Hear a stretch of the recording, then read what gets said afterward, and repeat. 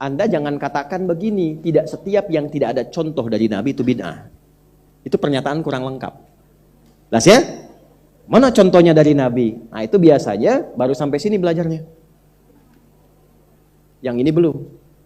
Karena nanti tidak semua yang tidak Nabi contohkan tidak menjadi sunnah. Karena ada perkara yang sangat jelas gak butuh contoh lagi. Yang diajarkan oleh Nabi itu Sallallahu Alaihi Wasallam punya beberapa sifat. Satu, ada diajarkan petunjuknya. Kalau sudah saya sebut petunjuk, itu saya beri nama khusus, sebut dalil namanya. Ada dalilnya, ada contohnya. Nah, jadi ada langsung dalil plus contoh. Sudah? Pelan-pelan. Ada dalilnya, ada contohnya. Jadi rumusannya dalil plus contoh. Dah, satu. Biasanya yang begini itu ditunjukkan pada ibadah pokok yang nggak boleh beda. Seperti sholat. Sholat itu jelas. Ada dalil, ada contoh. Makanya Nabi mengatakan, "Shollu kama ra'aitumuni sholli." Sholatlah kalian persis seperti melihat aku sholat. Dua, ada dalil, tidak ada contoh. Ya, atau sebelum ke sana ada dalil, contoh sementara sifatnya. Contoh sementara. Setelah itu Nabi diduga tidak mencontohkan lagi. Ya.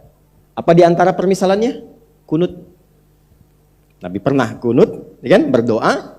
Terus turun Quran surah ketiga Ali Imran ayat 128.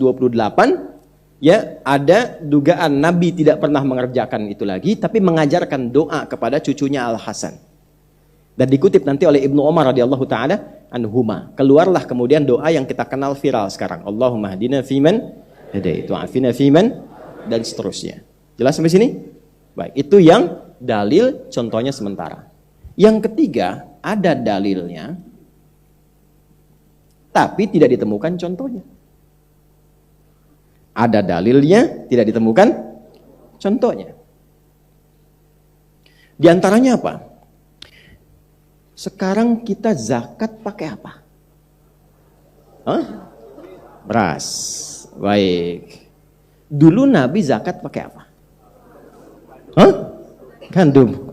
Kemudian kurma. Pernah nggak Nabi zakat pakai beras? Berarti nggak ada contohnya. Bid'ah itu. Cara memahaminya tidak begitu. Ada nggak dalilnya? Ada. Bagaimana memahami dalil itu? Ada metodologi namanya qiyas, analogi. Oh, kurma, gandum itu makanan pokok di era Nabi. Nah, sekarang makanan pokok kita apa? Bukan, nasi. Beras itu makanan pokok bagi hewan yang punya tembolok. Ayam, bebek, makan tuh beras. Ya. Kita makanan pokoknya tapi sumber nasi dari nah, sekalipun nggak ada contoh spesifik, tapi dalil yang mengarah ke situ ada. Jelas?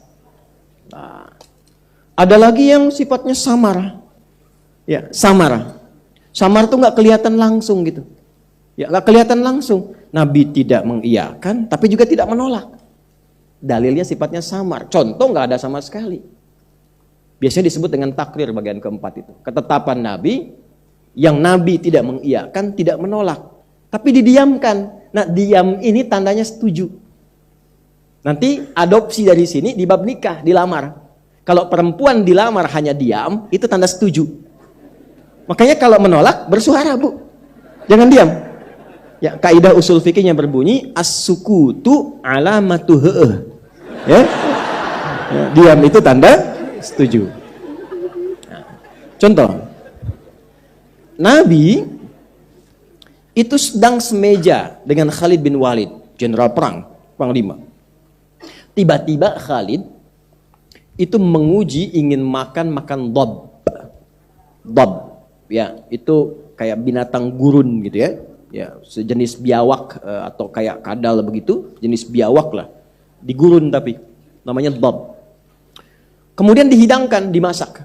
Wallahu a'lam apakah dibakar ataukah diguling dan sebagainya. Ada. Lalu ini yang menarik. Nabi dihidangkan, Nabi nggak makan. Lalu Khalid mencoba. Begitu Khalid coba, Nabi mendiamkan, nggak komen. Jadi dilarang juga tidak, tapi Nabi nggak makan. Contoh nggak ada, dalilnya nggak sahih langsung. Nabi mendiamkan. Nah, karena tidak dilarang di hadapan Nabi itu, maka ini hukumnya dibolehkan. Ya, boleh di hadapan Nabi.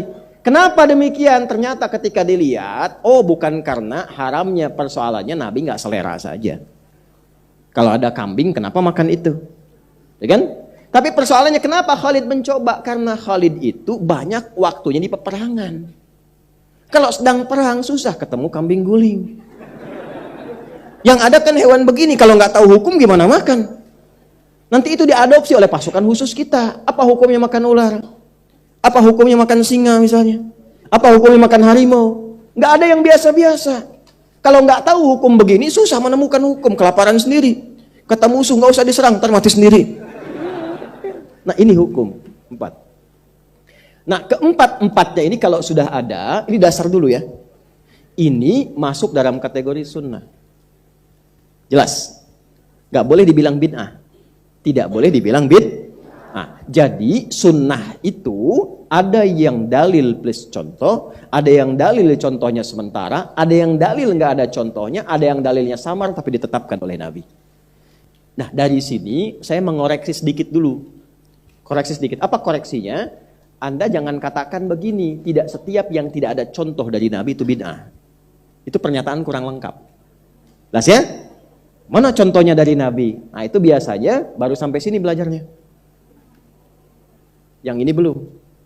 Karena nanti tidak semua yang tidak Nabi contohkan tidak menjadi sunnah. Karena ada perkara yang sangat jelas gak butuh contoh lagi. Ada perkara yang ringan yang semua orang bisa kerjakan, tinggal Nabi tunjukkan contohnya masing-masing prakteknya sesuai kebutuhannya. Jelas? Dan itu ulama sudah sepakat semua sedunia. Jadi kalau antum beda, antum yang beda sendiri.